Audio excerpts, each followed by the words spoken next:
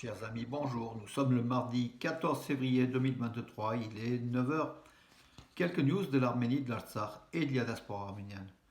Avant toute chose, l'affiche donc le vendredi donc 24 février à la MJC Jean Moulin, salle Chenevier, donc Arménia présentera donc cette conférence débat sur la présence arménienne en Turquie. Donc officiellement 70 000 à 90 000 Arméniens, mais dans les faits plusieurs millions. Garo Paylan affirme même que c'est au-delà de 3 millions. 3 millions, c'était le chiffre retenu par Hrant Dink. Certains vont jusqu'à 8 à 9 millions.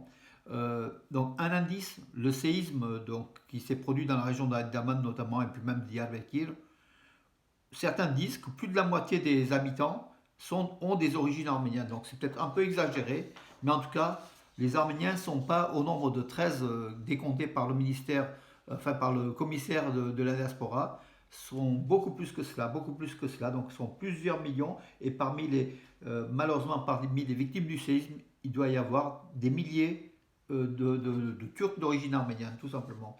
Donc voilà l'affiche, donc ça sera le 24 février à 20h30, salle MJC, on en reparlera. Voilà, merci.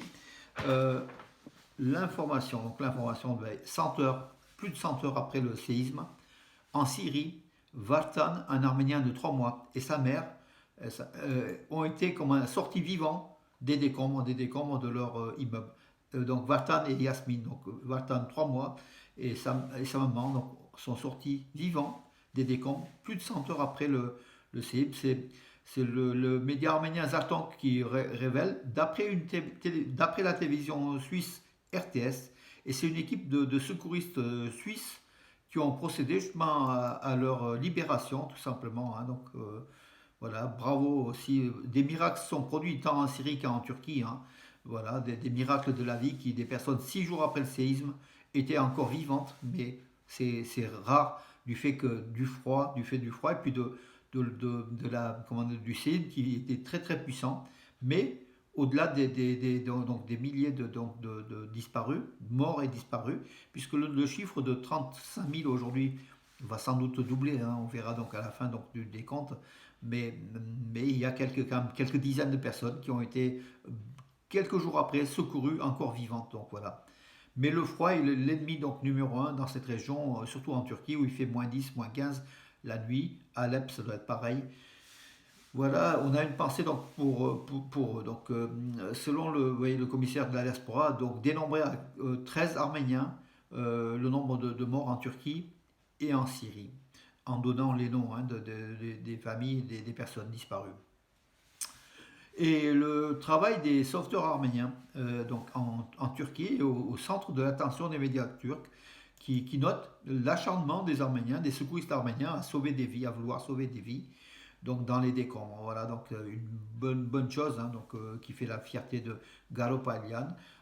Et puis les Arméniens qui ont participé, un miracle s'est produit, donc ils ont aussi ils ont aidé une fillette, même deux je crois, à sortir des décombres donc en Turquie, dans la région d'Aïdiaman. Donc Garo Paylan relayait cela donc avec, comment dirais-je, avec honneur, la présence de ces sauveteurs arméniens en Turquie. Voilà. Que dire d'autre?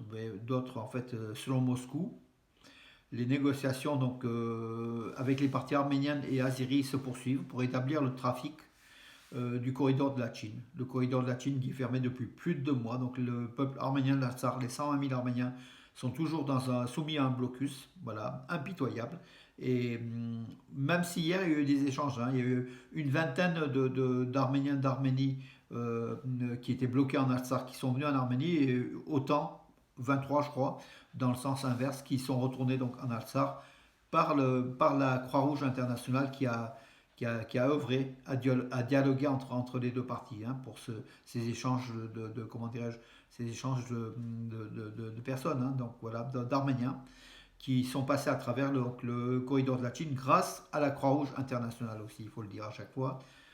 C'est eux qui sont là. L'Arménie et l'ambassadeur indien notent une forte dynamique de développement des relations entre l'Arménie et l'Inde ces dernières années. Voilà, l'Inde et l'Arménie sont des partenaires aujourd'hui économiques, militaires aussi, parce que l'Arménie achète aussi des armes à l'Inde, est stratégique, hein, puisque l'Inde est quand même l'ennemi du Pakistan, le Pakistan qui s'est engagé aux côtés de l'Azerbaïdjan lors de la guerre de 44 jours en Alsar. Et l'Inde a bien noté que, je pense, cette présence pakistanaise derrière l'Azerbaïdjan, il fallait compenser tout simplement en étant derrière l'Arménie, tout simplement aussi. Voilà. Stepanakert, donc après l'amendement de la constitution de l'Artsakh, l'Assemblée nationale élira le président du pays. C'est-à-dire qu'il y aura une élection présidentielle, mais ça sera donc le Parlement, l'Assemblée nationale qui élira le président donc, de la République de l'Artsakh. C'est en train de se faire, hein, l'amendement va être présenté, donc voilà, pour une élection présidentielle par le Parlement et pas par les urnes, hein, voilà, tout simplement. Ça sera peut-être plus simple à organiser, justement, à faire des élections présidentielles. Que dire d'autre? Oui, le film, le documentaire d'animation Aurora's Sunrise, donc un film d'animation de 1 heure et demie.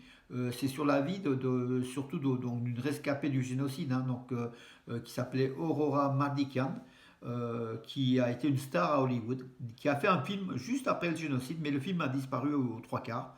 Donc ce dessin animé, cette animation avec des images aussi, donc documentaires, complète un petit peu cela. Donc cette histoire donc, de cette Arménienne de 14 ans, donc Aurora, qui était sauvée du génocide, qui s'est installée aux États-Unis pour devenir une star de Hollywood. Malheureusement, le film qui avait été vu par des millions de personnes a disparu, l'original a disparu. On trouve quelques bouts de ce film, mais pas la totalité, avec des images. Ce film était extraordinaire, hein, des images du génocide, enfin réalisé en Hollywood, mais extraordinaire. Voilà, c'était un film à gros budget. Voilà. Il est le dessin animé qui a été présenté au Festival d'Annecy, aussi à l'Abricot d'Or en Arménie, et aujourd'hui donc va être présenté en Australie. Voilà, c'est un film d'animation qu'on aura peut-être l'occasion de voir dans sa version française sous peu, en tout cas. Euh, c'est un document très intéressant pour le développer, pour justement la connaissance du génocide, et puis diffuser, c'est un film grand public, hein, un documentaire grand public. Voilà mes amis, écoutez, j'en ai terminé pour aujourd'hui. Je vous donne rendez-vous. Je vais regarder quand même deux, trois infos si elles sont. Alors, je vous demander juste une seconde. Alors, Van der Leyen, lettre ouverte à Ursula Van der Leyen, bien sûr, euh, par de nombreuses personnes. Et là, la lettre ouverte, c'est Armand Samélian, donc sur Armenius, c'était placé donc hier.